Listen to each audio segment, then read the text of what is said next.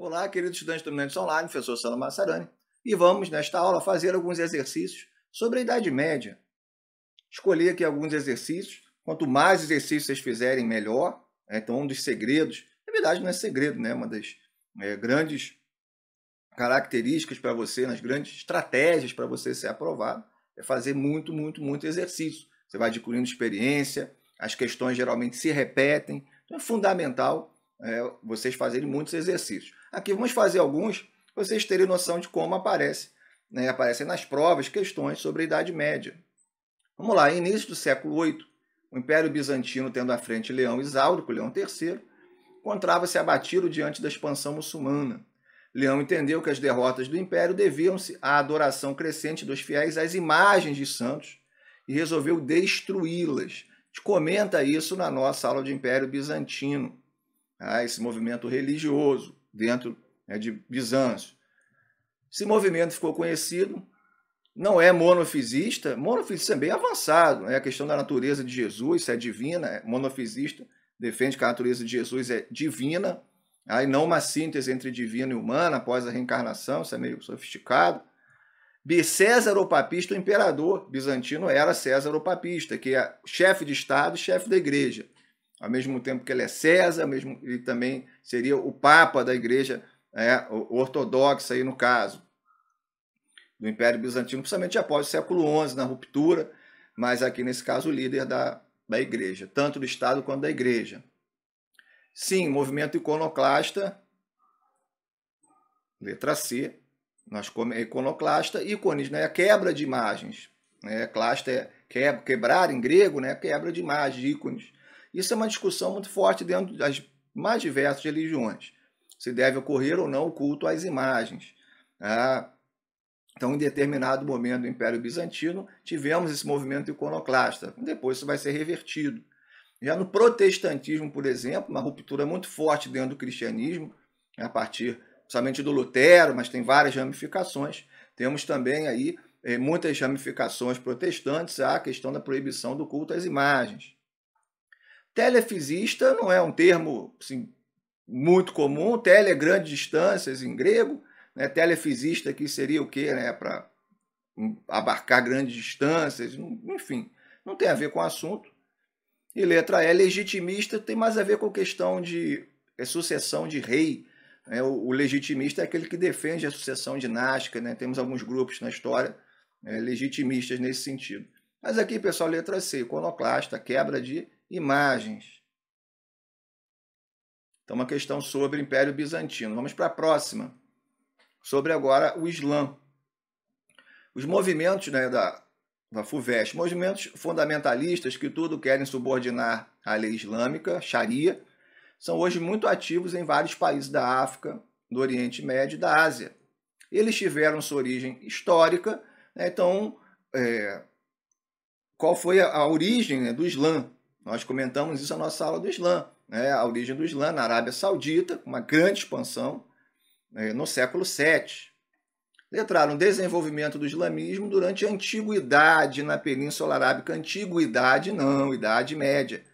O Islã é da Idade Média, o cristianismo é da Antiguidade, o judaísmo da Antiguidade, as três grandes religiões aí abraânicas. B. Na expansão da civilização árabe durante a Idade Média, tanto ao Ocidente quanto ao Oriente. Pode ser. Pode ser sim. Houve uma grande expansão, inclusive chegando até a Península Ibérica, quase chega para a região da França. Os muçulmanos são derrotados pelo Carlos Martel. Na derrocada do socialismo depois do fim da União Soviética, pessoal, por favor, aí na origem histórica do Islã, não é no final do século XX. Isso aí só se a gente estiver chutando na prova, não pode marcar essa. D. No estabelecimento do Império Turco-Otomano com base em Istambul durante a Idade Moderna. Não, o Império Turco-Otomano é origem na Arábia Saudita e não é a Idade Moderna, Idade Média. E na ocupação do mundo árabe pelos europeus, não. Entre a segunda metade do século XIX e primeira do XX, não. Então, realmente, a letra B. Importante aqui, pessoal, então, essa questão não é muito fácil, porque às vezes a gente esquece que o Islã é uma religião medieval. né? Então a gente iria marcar aqui a letra A. Muita gente marca a letra A. Tá? Mas o Islã não é uma religião da antiguidade. Para a próxima. Agora sobre reinos bárbaros. Dentre os reinos bárbaros surgidos após as invasões germânicas e o fim do Império Romano, o reino franco foi o mais importante. Por quê? Então, vamos lá, letra A. Os reis francos se converteram ao cristianismo, sim. O Clóvis, primeiro rei franco, se converte ao cristianismo. O Carlos Magno, ele vai ser coroado pelo Papa Imperador em 800. E defenderam, sim, o Ocidente contra o avanço dos muçulmanos. Provavelmente é a letra A. Vamos ver B. Promoveu o desenvolvimento das atividades comerciais entre o Ocidente e o Oriente, não. Não havia essa ponte, né, entre os francos e o Oriente, não. Muito limitado isso, através das cruzadas. Não, cruzadas é bem depois, até porque a morte do Carlos Magno já vai fragmentar todo o Império Franco. O Império Franco fica já bem fragmentado no século IX. Cruzadas é final do século XI. C. Nesse período, a sociedade feudal atingiu sua conformação, né, sua composição clássica, e o apogeu econômico-cultural. Não, pessoal, o feudalismo é mais até para o final da Idade Média, tá? Que como vai atingindo o seu ápice, ok? D. E a letra A é muito mais completa do que a C. D. Houve uma centralização do poder. Pelo Carlos Magno pode ser. Naquela região viveu-se um período de paz externa e interna, aí não, que permitiu controlar o poder dos nobres sobre os servos. Não, né? Então a letra D, ela fala, mas não especifica algo dos francos. Porque os francos foram, né, os mais importantes desses reinos bárbaros. Cristianismo, e vão bloquear o avanço muçulmano. E paz aqui complicado também, não tivemos paz nesse momento, né? Letra E. Os reis francos conseguiram realizar uma síntese entre a cultura romana e a oriental. Não, oriental não, franco não tem a ver com o Oriente. Serviria de inspiração ao renascimento cultural do século XIV, não. Apesar de termos o renascimento carolíngio, né, da dinastia dos carolíngios, né, do Carlos Magno, dos francos, mas não tem a ver com essa síntese aqui que ele está comentando. Na letra A. Tanto essa questão, pessoal, quanto a questão sobre o Islã, quanto a questão sobre o Império Bizantino, a questão sobre reinos bárbaros, não são muito comuns em prova, ok? Mas é bom aqui a gente pontuar como que elas podem aparecer, né? Não são questões muito comuns. Vamos para uma do Enem agora. A peste negra dizimou boa parte da população europeia, com efeito sobre o crescimento das cidades. O conhecimento médico da época não foi suficiente para conter a pandemia. Na cidade de Siena, Agnolo de Tura escreveu: as pessoas morriam em centenas de dia e de noite, e todas eram jogadas em fossas cobertas com terra, e assim que essas fossas ficavam cheias, cavavam-se mais. E eu enterrei meus 5 filhos com minhas próprias mãos. É uma tragédia, né? Quantidade, né? Pelo menos 1/3 da população europeia vai morrer por causa da peste negra, peste bubônica. E morreram tantos que todos achavam que era o fim do mundo. Ok, então aqui a referência, né? O testemunho de Agnolo de Tura, um sobrevivente da peste negra, que assolou a Europa durante parte do século XIV, mas tivemos várias ondas da peste, sugere que o flagelo, a desgraça da peste negra foi associado aos fins dos tempos. Está correto. Vamos botar aqui um tracinho, bolinha, porque tracinho aqui pode ser a letra A, sim. Todos achavam que era o fim do mundo. Tem a ver. Então essa é uma questão, ela é interpretativa. Não é uma questão objetiva, onde tem que saber a matéria, como as questões anteriores, por exemplo. Tá? O saber especificidades. Aqui é uma questão que a resposta está no texto. Vamos ver B. A igreja buscou conter o medo da morte, disseminando o saber médico. Não, né? Até porque o saber médico era limitado, e a igreja não disseminava o saber médico. E aqui no texto fala que não serviu. C. A impressão causada pelo número de mortes não foi tão forte, nossa, porque as vítimas eram poucas identificáveis. Isso é exatamente o oposto que está no texto. D. Houve substancial queda demográfica na Europa, sim. No período anterior à peste, não, posterior. Olha só, tem que ter atenção aqui. Não, às vezes a gente está na hora da questão lendo rápido, na hora da prova, nervoso. Não, sim, houve grande queda demográfica, morreu muita gente, marca essa. Mas é posterior, depois da peste, não antes. O drama vivido pelos sobreviventes era causado pelo fato dos cadáveres não serem enterrados. Mas no texto está falando que, inclusive, o Agnolo ele vai enterrar os seus filhos. Né? Então, a letra A mesmo, associado ao fim dos tempos, ao fim do mundo. E a peste é uma das razões para a Idade Média ser chamada de Idade das Trevas. Mas como a gente comenta nas nossas aulas de Idade Média, esse é um termo que foi assim, bem preconceituoso com a Idade Média, a ideia de conceito de renascimento, iluminismo em oposição à Idade das Trevas. Porque nós tivemos uma Idade Média de 1000 anos, com diversos acontecimentos, a maior variedade, inclusive o surgimento das universidades, avanços científicos também. Vamos para outra. Temos aí um poema. Sou uma pobre e velha mulher, muito ignorante, que nem sabe ler. A esmagadora maioria das pessoas na Idade Média não sabiam ler. A questão da leitura, pessoal, na verdade, ser alfabetizado, é uma coisa que vai vir com a invenção da imprensa, pelo Gutenberg, com a questão do protestantismo, a tradução da Bíblia para a língua comum, mas ainda assim isso vai ser muito gradual. Aí, com a sociedade burguesa, século XIX, aí começamos a ter uma alfabetização em nível maior, 18, 19. Mostraram-me na igreja da minha terra um paraíso com harpas pintado e um inferno onde fervem almas danadas. Um enche-me de júbilo, de alegria, e outro me aterra. Então ela está vendo na igreja o paraíso pintado e o inferno. Então são as imagens dentro de uma igreja. Os versos do poeta francês François Villon fazem referência às imagens aí. Aqui o enunciado ajuda a gente. Nos templos católicos medievais.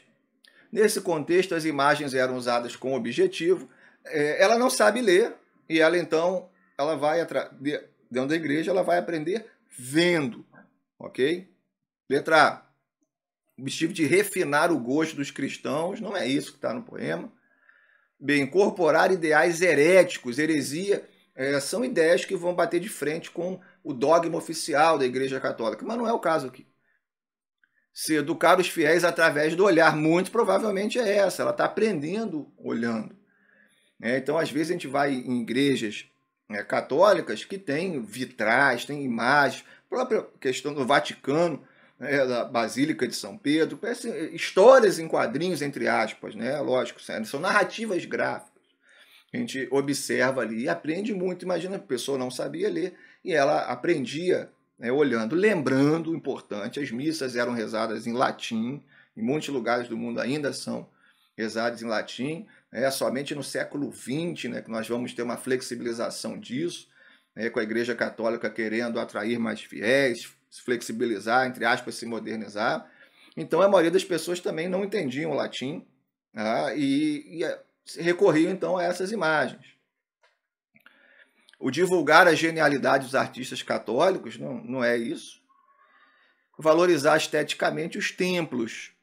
Tudo bem valorizar os templos, questão da beleza, sim, mas não é o que está no poema. A letra E até procede, ok?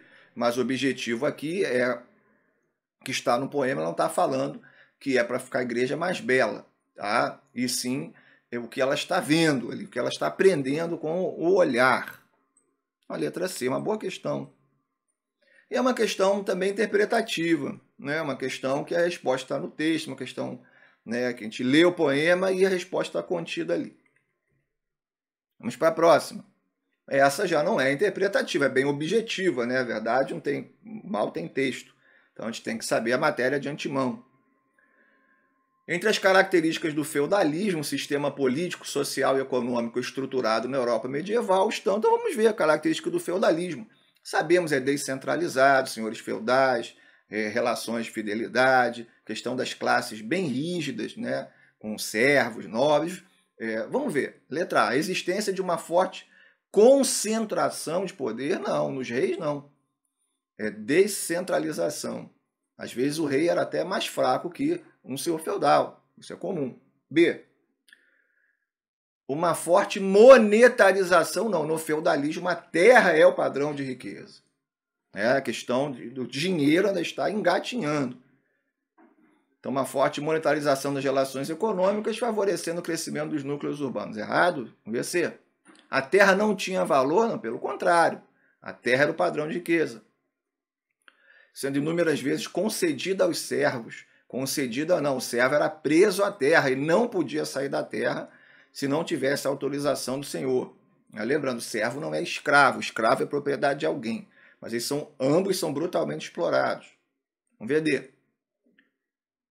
Pode ser D, né? A existência de uma sociedade estamental, então dividida em classes, geralmente baseada no nascimento, nesse caso é baseada no nascimento, formada por grupos sociais com status fixos, sim, os senhores e os servos. Sim, o servo não vai se tornar um nobre, em que os servos eram presos à terra, como comentamos, e obrigados a prestar serviço e pagar impostos aos senhores. Muito provavelmente é essa.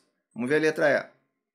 Uma base econômica voltada ao comércio entre os vários feudos. Não, os feudos eram bem mais isolados. Aí como vamos ter com as cruzadas, o renascimento comercial, é um processo lento. Então, gradativamente, a classe burguesa vai ficando forte. Aí a gente vai fazendo a transição da Idade Média para a Idade Moderna, já é para 1400, 1500. Então, aqui é a letra D. Características do feudalismo. Uma boa questão. Vamos para outra. A cidade medieval é, antes de mais, uma sociedade da abundância, concentrada num pequeno espaço em meio a vastas regiões pouco povoadas. Em seguida, é um lugar de produção de trocas, onde se articulam o artesanato e o comércio, sustentados por uma economia monetária. É também centro de um sistema de valores particular, do qual emerge a prática laboriosa e criativa do trabalho, o gosto pelo negócio e pelo dinheiro, a inclinação para o luxo e o senso da beleza. E ainda o sistema de organização de um espaço fechado com muralhas. Está falando das cidades medievais, que aí já tem uma questão de comércio, questão financeira, de artesanato, trabalho, mas ela é fechada com muralhas, até para se proteger, onde se penetra por portas e se caminha por ruas e praças e que é guarnecido por torres. Ok. No texto, o espaço descrito se caracteriza pela associação entre ampliação das atividades urbanas e... mas as cidades, isso já é mais para o final da Idade Média também.